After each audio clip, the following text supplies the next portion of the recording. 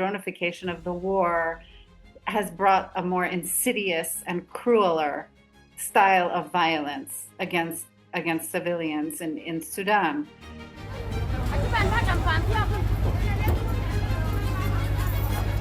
ما عندنا شغله بيكم ولا عندنا شغله بالدعم السريع عندنا بالجيش، نحن مواطنين بريئين، ما تقتل الناس زي ابرياء.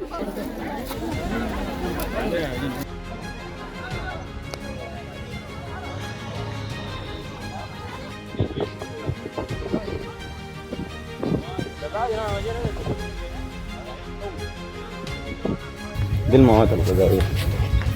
وفي شحن مواد غذائية. واحدة تم ضرب كوبري أردمات. The use of drones seems to have intensified in the last year and a half. This could have to do with supply chains. It could have to do with dynamics on the ground. But essentially, it enables both sides to extend their reach and to conduct the war at a great distance. So, of course, we've seen in this war so far drone attacks going well over into East Sudan under SAF-held territory by the RSF, and vice versa. In Darfur, we're seeing drones by the SAF side being deployed by SAF well into Darfur, miles away from where they are likely being actually steered. You obviously have loss of life and civilians, a lot of civilians are killed. So overall, if we look at it, whether it's in Darfur's or it's in the Kordofans or even in some of these states like White Nile and all, we have seen a dramatic rise in drone strikes and a dramatic rise in drone strikes, particularly targeting civilian infrastructure, which can create a kind of a vacuum of services, whether it's health services or whether it's access to food and water. And it creates a lot more,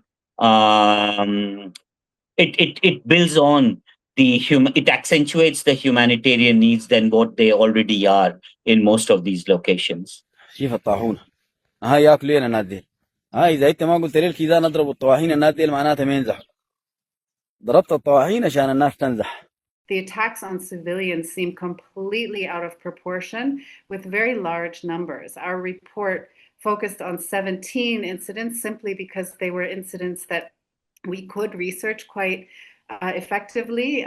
There were witnesses we were interviewing, as well as open source information we were looking at. And these 17 incidents alone reached probably around 1,000 civilian deaths reported in those 17 incidents over the course of a little more than a year. بتاريخ 12/3/2026 مسيرة تضرب عليكم الحدود بين تشاد والسودان.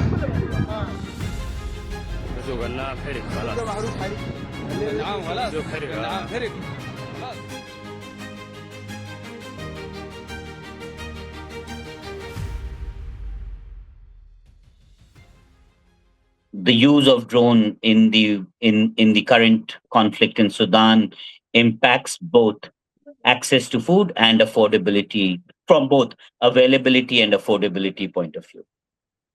On the availability point of view, the biggest impact that it does is it actually, one, creates barriers for both private traders to move goods freely as they were moving their goods. And two is that it actually prevents humanitarian responders and suppliers to also move their humanitarian supplies. In this case, food being the humanitarian commodity being moved. But I noticed that in our research, the team really had more incidents to do with markets than any other category. That's not to say that that more health centers aren't also being affected and targeted than we reported. But in this particular snapshot that we did, the largest category was markets. So I think whenever you've got an attack on a market, you have food issues, fuel, and supplies and goods. They can even be medical supplies. because that's where people gather, that's where everything is traded.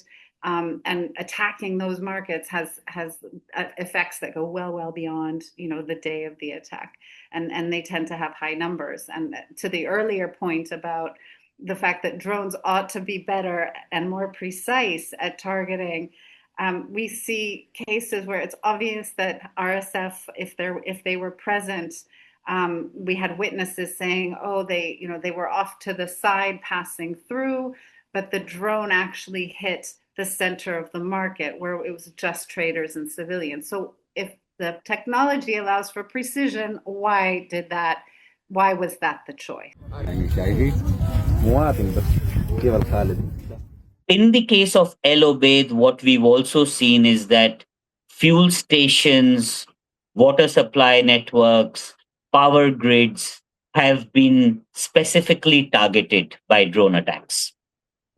So it's direct target on public infrastructure, on civilian infrastructure. And when we talk about direct targeting on fuel depots, there was a time in El Obeid when a teacher in one of our learning centers told us that a liter of fuel is actually the same as my 1 month's salary as a teacher. So that's the kind of prices that you have for fuel. And to move commodities even internally within a town or to further remoter locations, you need vehicles and fuel, and you cannot afford.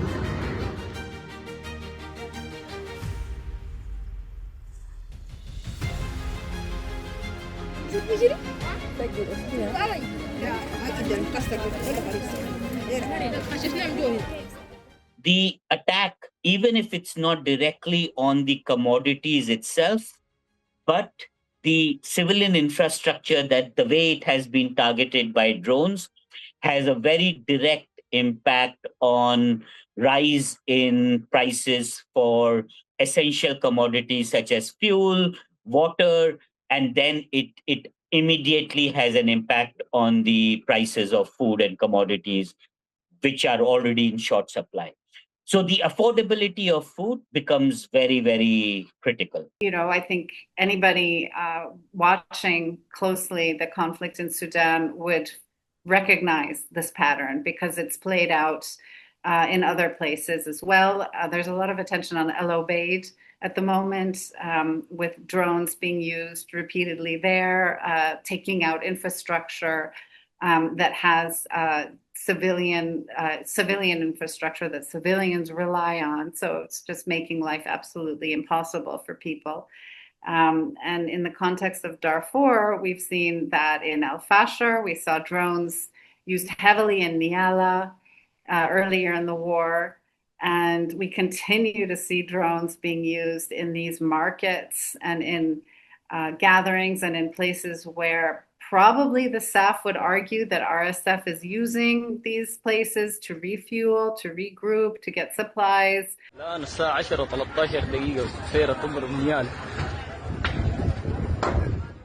This is why I think many organizations are starting to put out the idea that just drone use in and of itself should be subject to sanctions in this war, because the drone technology is inevitably being used to kill civilians.